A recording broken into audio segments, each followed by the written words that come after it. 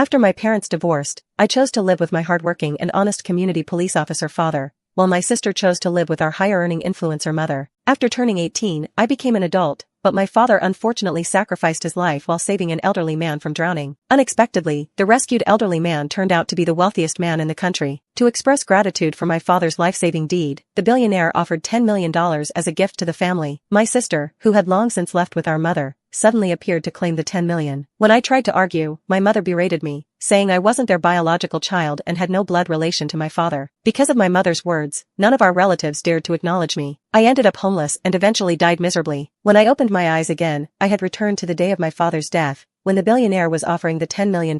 Lucy Clark, if you know what's good for you, get out now. You have the audacity to still think about that $10 million. Look at yourself, you don't even qualify for a single penny. Hearing the sharp scolding, I looked up and met my mother Mia Taylor's eyes, filled with utter contempt and disgust. But I didn't care at all, just quietly staring at my father's memorial portrait. Seeing that I neither left nor responded, my dear sister Zora Clark couldn't help but speak up. Her tone was dripping with mockery. Lucy, this money is mine. Have some dignity, will you? Since entering this room, Zora hadn't spared a single glance at Dad's photo. All she cared about was the money. Anger surged through my chest. I turned and gave Mia and Zora an ice-cold look, firing back. You two are the shameless ones. When Dad was alive, you couldn't care less about him. Now that he's gone, you come running back to exploit his memory for every last penny. You're truly despicable. I straightened my back, not afraid at all, because I had been reborn. In my previous life, my parents had a bad relationship and divorced. I chose to live with my hardworking, honest community police officer father, while my sister Zora followed our higher-earning influencer mother. Dad treated me exceptionally well, and I thought I would continue to be happy, but tragedy struck. On Christmas of my 18th year,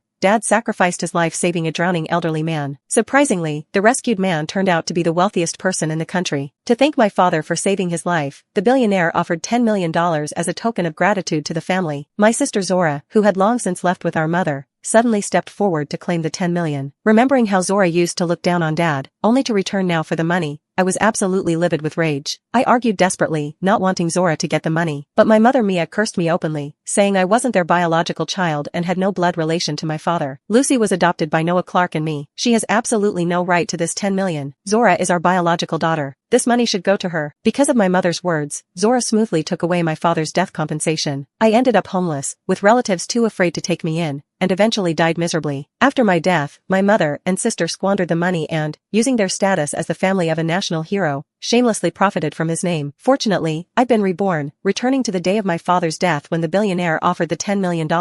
My ruthless words left Mia and Zora stunned for several seconds. When they finally came to their senses, their faces instantly turned bright red. Mia secretly glanced at the billionaire sitting on the sofa, noticed his displeased expression, and saw the contemptuous looks from the relatives crowding the doorway to watch the drama. She hurriedly tried to defend herself. Don't talk nonsense. Zora was Noah's most beloved daughter. His compensation should go to Zora, otherwise he wouldn't rest in peace. Hearing such shameless words, I almost laughed from anger. I took a deep breath, barely suppressing the urge to slap her twice across the face. Instead of wasting my breath on Mia, I turned to the billionaire sitting on the sofa and said, Sir, my father and Ms. Jean divorced years ago, and my sister's custody went to Ms. Taylor. For years now, they've been like strangers to our family. My father's compensation has nothing to do with either of them. The billionaire seemed surprised that the situation would escalate so badly over money during a family gathering. He frowned, thought for a moment, then said, This money is meant for Mr. Clark's family. In that case, I'll give it to Mr. Clark's daughter, Lucy. As he spoke, he pulled a check from his suit pocket, ready to hand it to me. Before I could reach for it, Mia immediately rushed forward, trying to snatch the check. Fortunately, the billionaire's bodyguard was quick, blocking Mia with one arm. Afraid I might actually get the money, Mia's eyes darted around before she shouted at the top of her lungs, You can't give the money to Lucy. She's not Noah's biological daughter. The moment Mia's words left her mouth, gasps and murmurs erupted from the crowd, and the billionaire froze. The onlooking relatives began buzzing with gossip. What? Lucy isn't Mr. Clark's real daughter? That can't be true. Mr. Clark adored Lucy since she was little. How could she not be his daughter? Well, Mr. Clark's ex-wife herself just said it, so it must be true. As the gossip spread, Mia noticed everyone starting to doubt, and shot me a smug glance. Zora chimed in to help. Lucy doesn't look anything like me, and my mom never liked her. She can't possibly be his real daughter. The billionaire looked up at me, then glanced at Zora and Mia, seemingly comparing our appearances. After a long moment, the billionaire finally spoke. You two sisters indeed look nothing alike. As soon as the billionaire finished speaking, I heard Mia and Zora chuckle softly. These two thought they had won, but I wasn't afraid in the slightest. My composure angered Zora. She glared at me fiercely, desperate to get rid of me. Lucy, you have no business here anymore. Stop blocking me from collecting my father's money. I shot her a cold glare and said,